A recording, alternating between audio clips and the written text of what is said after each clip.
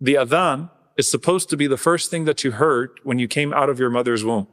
It cut through all the noise, the chaos of everything that was happening around you, of being taken from the comfort of the womb of your mother into this dunya. And suddenly you were to hear Allahu Akbar, Allahu Akbar. And that awakens you to your purpose. It cuts through everything that distracts you. And you are programmed as a believer to have this fitrah inside of you, this disposition inside of you that is awakened every time you hear Allahu Akbar, Allahu Akbar. There's an invitation from the King of all kings to one of his many servants to come to him, Subhanahu wa Ta'ala.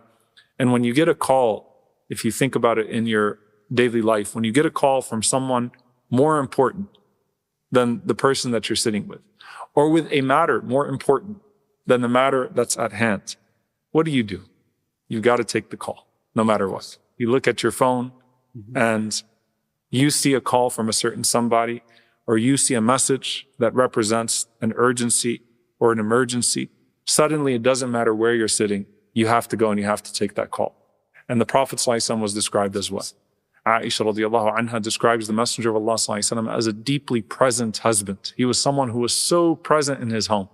But when he heard the adhan, that same Messenger sallallahu alaihi wasallam, who was paying attention to the part of the glass that Aisha radiallahu anha drank from, so he could drink from the same part, to the smallest details, when he heard Allahu Akbar, كَأَنَّهُ لَا يَعْرِفُنَا, it was like he didn't know us anymore.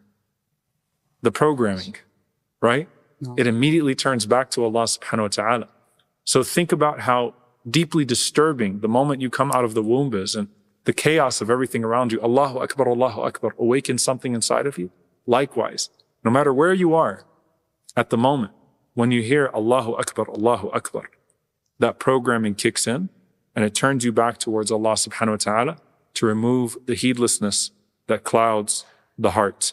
And this was the description of the Sahaba as well, that إِذَا حَضَرَتِ الصَّلَاةِ تَغَيَّرُوا لَهَا وَانْشَغَلُوا بِهَا, that when the prayer was called, that they changed their disposition towards it, like everything changed and oriented itself towards the prayer, and they busied themselves with the prayer.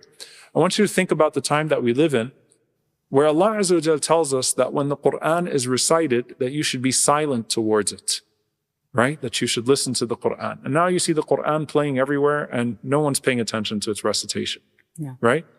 And the description of the Salaf, the description of the pious predecessors, that كانوا ينصتون إلى الأذان, that they used to be silent for the adhan, the way that you all are silent to the recitation of the Quran. Now we lost even the silence to the recitation of the Quran. But that the pious predecessors, when they heard the adhan, they immediately became quiet. They immediately paid attention to it. And we have to also program ourselves practically to where even if you have an adhan clock, or you have something else that pops up, that the conversations stop. يَنصِتُونَ إِلَى الْأَذَانِ, that they respond to the adhan. The way that you all used to respond to قراءة القرآن, to the recitation of the Quran.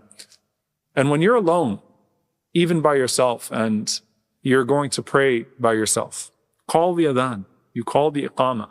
You don't omit them and say, well, this is only a matter for the masajid.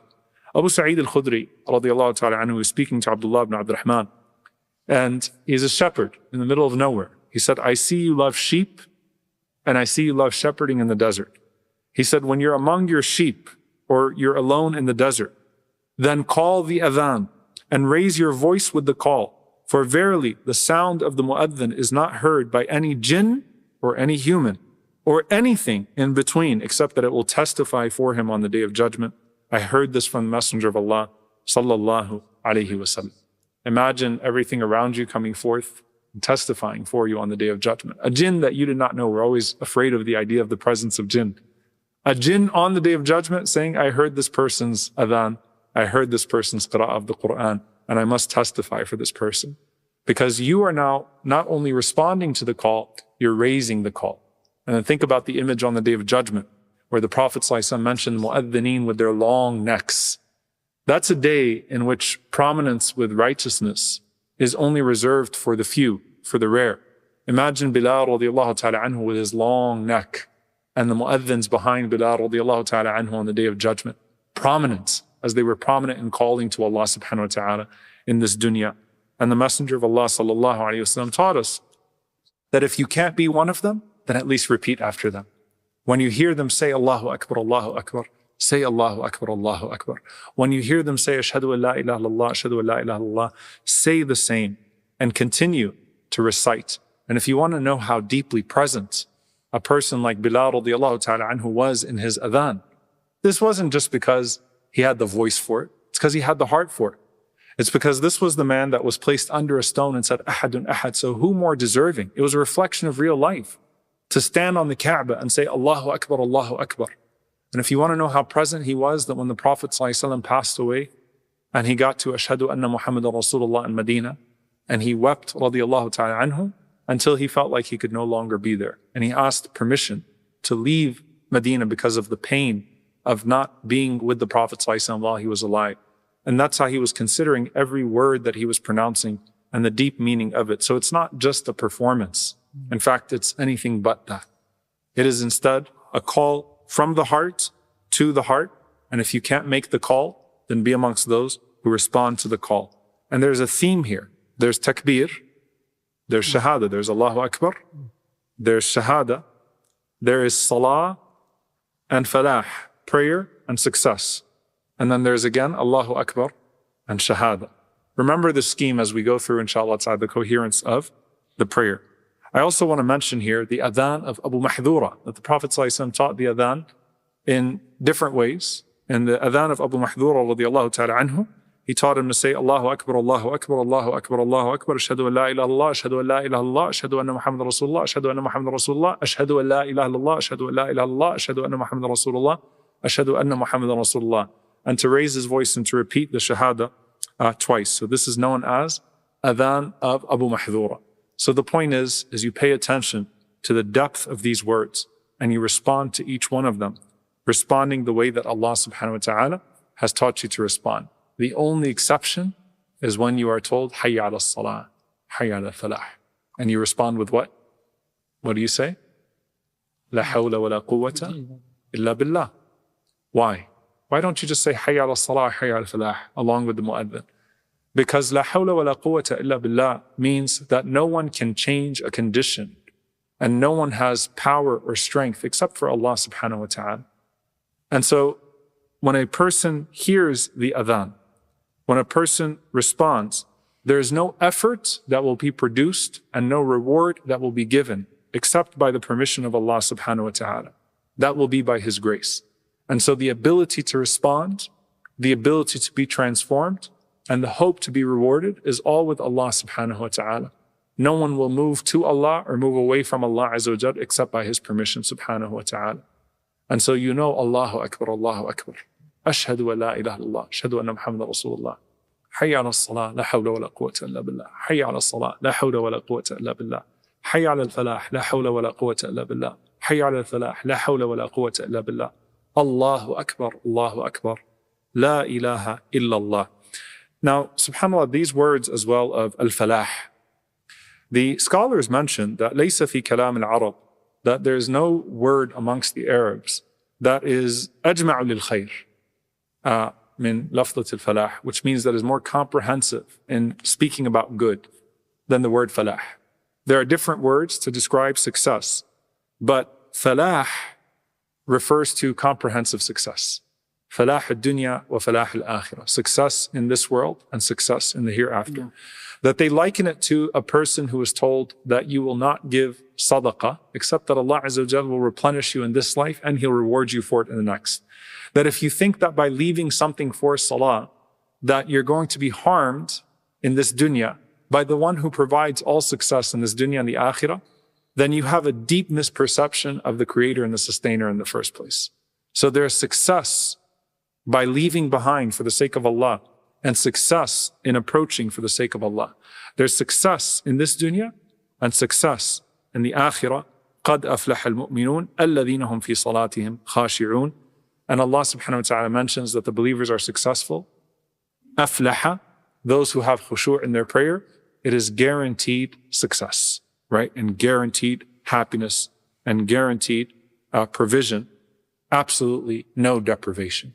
And so you are again hearing the call of Allah and recognizing that I can't respond to the call of Allah unless Allah Azza wa Jalla allows me to respond to it. And that what Allah is offering in this call is greater than anything that would hold me back, that would delay me towards that salah, that would preoccupy me when I go to that salah. If you're recognizing that falah is in this, that success is in this, then why would you approach your salah with hesitation and without the devotion that Allah subhanahu wa ta'ala calls you to? So respond, interact with the adhan. Don't just listen to it. Interact with every single word that you hear from the adhan and think deeply about what it is that you are saying. Umar ibn al-Khattab radiallahu ta'ala anhu narrated that the Prophet ﷺ said that if the mu'adhin says Allahu Akbar, and you respond Allahu Akbar, and he continued sallallahu alayhi wa sallam to say all of the phrases of the adhan and say you respond this way, with the exception of la hawla wa la quwwata illa billah, so hayya ala salah, hayya ala falah. He said sallallahu alayhi wa sallam that if you say this from the heart, you will enter into Jannah. So once again, a guarantee of Jannah just for answering the adhan properly. But on top of that, the Prophet ﷺ mentioned that when the adhan is finished, whoever says at the end of the adhan, Allahumma rabba hadhihi ad-da'wati at-tamma was-salati al-qa'ima ati Muhammadan al-wasilata wal-fadila wab'athhu maqaman mahmudan alladhi wa'adta, and in some narrations, innaka la tukhlifu al-mi'ad, that, O Allah, the Lord of this perfect call, subhanallah, hayya ala falah, and then ad-da'wat at-tamma, this perfect call, and the established prayer. Give Muhammad sallallahu alayhi wasallam the right of intercession and the superiority, and send him on the day of judgment to the best and the highest place in paradise which you have promised him. The Prophet sallallahu alayhi wasallam said that whoever says this, حَلَّتْ لَهُ شَفَاعَتِي يَوْمَ الْقِيَامَةِ, then my intercession will be permitted for him on the day of judgment. So subhanAllah, you're asking Allah to give the Prophet ﷺ this highest place, al-wasila, this specific place in paradise, which is the exclusive of Firdaus, a place that only belongs to our Messenger sallallahu alaihi wasallam. But what does the Messenger of Allah sallallahu alaihi wasallam do with every rank that's given to him? He pulls up.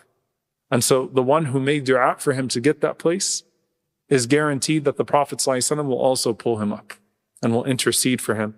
May Allah subhanahu wa ta'ala grant us the intercession of the best of his creation, Muhammad sallallahu alayhi wa sallam. So you have Jannah for responding. You have the intercession of the Prophet sallallahu alayhi wa sallam for making the dua of intercession. The Prophet ﷺ also said in another narration that whoever says after listening to the adhan, Ashhadu an la ilaha illallah wahdahu la sharika lah wa ashhadu anna Muhammadan abduhu wa rasuluh. Again, you're making just the shahada. But then, raditu billahi rabba wa bi Muhammadin rasula wa bil Islami deena. So this is a little bit different than the order that we typically know. Raditu billahi rabban wa bi Muhammadin rasulan wa bil Islami deena. Okay? So, ashhadu an la ilaha illallah wahdahu la sharika lah wa ashhadu anna Muhammadan abduhu wa rasuluh. Raditu billahi rabba wa bi Muhammadin rasula wa bil Islami deena. The Prophet ﷺ said, whoever says the shahada, and then I am pleased with Allah as my Lord, pleased with Muhammad ﷺ as a messenger, pleased with Islam as my religion, he said, sallallahu alayhi wa sallam, غُفِرَ لَهُ ذَنْبُهُ, his sins will be forgiven. So you have another expiation of sins. You still haven't even come to the salah. One of the wisdoms that some of the scholars pondered upon of the order here is the coherence of the adhan, right? You start off with Allah, and then you come to the Messenger sallallahu alaihi wasallam, and it is the general call of Islam that puts you into submission to Allah Azza wa Jal. But we learn the prayer from the Prophet sallallahu alaihi wasallam. He said, "Sallu kama ra'aytumuni salli." Pray as you have seen me pray. And so the switching of the order here of the Prophet sallallahu alaihi wasallam being elevated even in the order of this dua is because we learned our prayer from the Prophet sallallahu alaihi wasallam, even till today, because someone saw someone who saw someone who saw someone who saw the Prophet sallallahu alaihi wasallam pray, and who recorded that for us to benefit from until this day. So you have Jannah, you have intercession, you have the forgiveness of your sins, and you also have something else that so many of us don't pay attention to, which is the Prophet ﷺ said that the dua that is made between the adhan and the iqamah will not be turned away. Everyone's always looking for a time of accepted dua. And here you have a guaranteed time of accepted dua 5 times a day. So just like you have a specific hour on the day of Friday, or just as you have, when the rain falls, and just as you have when you travel, you have this moment 5 times a day, and it's as long as you want it to be. Some people will not take advantage of 30 seconds between the adhan and the iqamah. Some people will take advantage of 10, 15 minutes, depending on the situation. But make any dua that you want. On top of that, the Messenger of Allah ﷺ said in an authentic hadith, إِنَّ أَحَدَكُمْ فِي صَلَاةٍ مَا دَامَتِ الصَّلَاةُ تَحْبِسُ. That verily every one of you is in prayer so long as you are waiting for the prayer. So you actually enter into your salah from the moment that you get to your salah and the moment that you start to pay attention to it. So you come to the masjid, you sit in that place of prayer, even if it's not in the masjid, and you start to remember Allah subhanahu wa ta'ala. The salah has already started for you. On top of that, while you're making dua for yourself, who better? وَالْمَلَائِكَةُ تَقُولُ اللَّهُمَّ اغْفِرْ لَهُ اللَّهُمَّ ارْحَمْهُ. The angels surround you and the angels sit with you and they say, oh Allah, forgive him. Oh Allah, have mercy upon him. As long as the Prophet ﷺ said, as long as the person does not leave their place of prayer or break their wudu. So subhanAllah, you think about the immersion. Allah is giving you an invitation.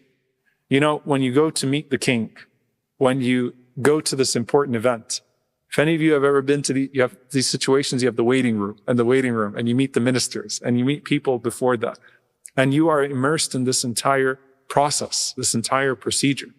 And in this situation, you have the ambassadors of Allah, the angels, already sitting with you and making dua for you as you make dua for yourself, and you've already entered into your salah when other people treat their salah like a quick few minutes. And so you have this situation where you're sitting. And then subhanAllah, here's what I want you to think about. Did you ever notice that the iqamah is so much faster than the adhan? That it goes from Allahu Akbar to Allahu Akbar, Allahu Akbar. No. That's always the way that it is. And that's the way that it's been narrated as well from the Messenger of Allah ﷺ and his companions. And the scholars say that this swiftness is a mirroring of the idea that the salah is now, the immediacy of the salah. So you're still mirroring the greatness of Allah that's extolled in the adhan, but there's an immediacy that the salah has come. So I want you to imagine that you're sitting in the courtyard, and then you move to the waiting room, and you're given all these instructions about how to act when the King of Kings arrives, and how you should stand, and how you should, carry yourself. And so you have all the procedures, all the process. Now, of course, Allah Azza wa Jal, to him belongs the highest example. But you think about another person, you think about someone powerful. Once they enter into the room, everything happens so quickly. The protocol, it's all very rapid, right? Everyone stands, there's a quietness, there's a shifting of the seats. Everything proceeds exactly as it's been mentioned, with immediacy, right? Flawless. So you go from the adhan, which is long, drawn out, focusing on the words, and you go to the immediacy of the iqamah, that you have now arrived in the presence of the King of all kings.